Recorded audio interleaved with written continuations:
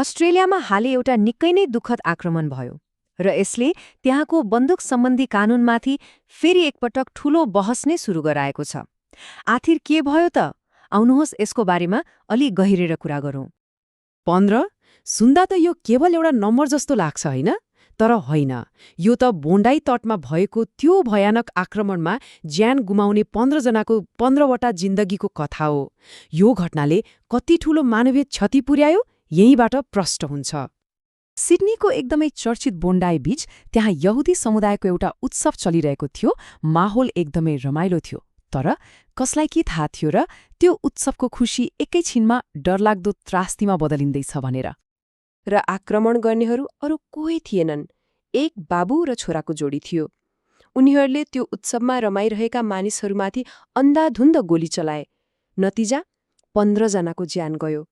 पछि प्रहरीको जवाफी कारबाहीमा बाबु मारिए अनि छोरा चाहिँ गम्भीर घाइते अवस्थामा छन्। यो घटना यति भयानक थियो कि अस्ट्रेलियाका प्रधानमन्त्रीले यसलाई आतंकवादी हमला भनेका छन्। अब प्रधानमन्त्रीले नै यसो भन्नुको मतलब सरकारले यो घटनालाई कति गम्भीर रूपमा लिएको छ भन्ने कुरा प्रष्टै हुन्छ। ल अब कुरा गरौँ सरकारको प्रतिक्रियाको। यत्रो घटना भइसकेपछि सरकारले के गर्यो त?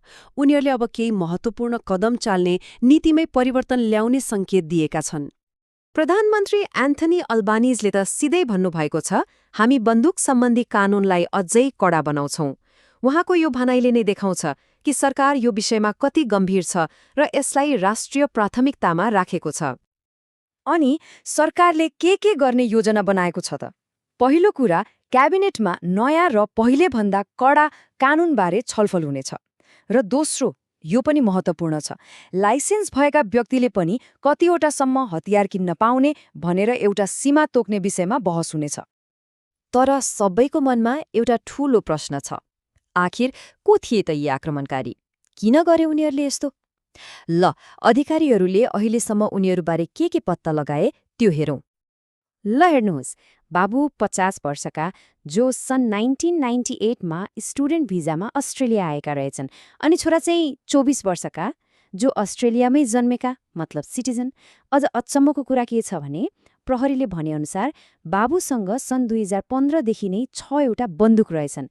सोच्नुस् त, एउटै मान्छेले 6वटा बन्दुक कसरी राख्न पायो? एउटा कुरा चाहिँ के छ भने यति धेरै जानकारी बाहिर आए पनि प्रहरीले अनुसन्धान चलिरहेको छ भन्दै उनीहरूको नाम चाहिँ अहिलेसम्म सार्वजनिक गरेको छैन। नाम गोप्य नै राखिएको छ। अब अलिकति पछाडि फर्केर अस्ट्रेलियाको बन्दुक कानूनको इतिहास हेरौँ न त, किनभने त्यहाँको कानून पहिलेदेखि नै निकै कडा मानिन्छ। कुरा करिब 30 वर्ष अगाडिको हो। पोर्ट आर्थरमा एउटा भयानक नरसंहार भयो जसमा 35 जनाले ज्यान गुमाए। हो, त्यही घटनापछि अस्ट्रेलियाले सायद विश्वकै सबैभन्दा कडा बन्दुक कानून लागू गर्यो। तर अहिले यो बोन्डाईको आक्रमणले त्यही कडा कानूनलाई पनि अझै कडा बनाउनुपर्छ कि भन्ने बहस फेरि सुरु गराएको छ। र यो कुरा हामीले मात्र भनेको होइन, CNN जस्ता अन्तर्राष्ट्रिय मिडियाले पनि बारम्बार भनेका छन् कि अस्ट्रेलियाको बन्दुक कानून साँच्चीकै निकै कडा छ। मतलब बन्दुक नियन्त्रणको मामिलामा अस्ट्रेलिया पहिलेदेखि नै विश्वमा एउटा उदाहरण नै थियो। अनि यहीँनिर आएर यो बहसको सबैभन्दा ठूलो र गाह्रो प्रश्न खडा हुन्छ। देशमा यति कडा कानून छ, तर पनि यति ठूलो, यति भयानक आक्रमण कसरी भयो त? हो, यही प्रश्नले अहिले पुरै अस्ट्रेलियालाई सोच्न बाध्य बनाएको छ।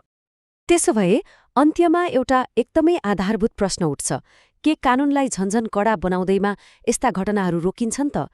कि कानूनभन्दा पनि पर गएर समाजको, व्यक्तिको मानसिकतामा पनि काम गर्नुपर्ने हो? यो एउटा गम्भीर प्रश्न हो र यही प्रश्नमाथि सोच्न छोड्दै आजको यो चर्चा यही टुङ्ग्याउँछौं।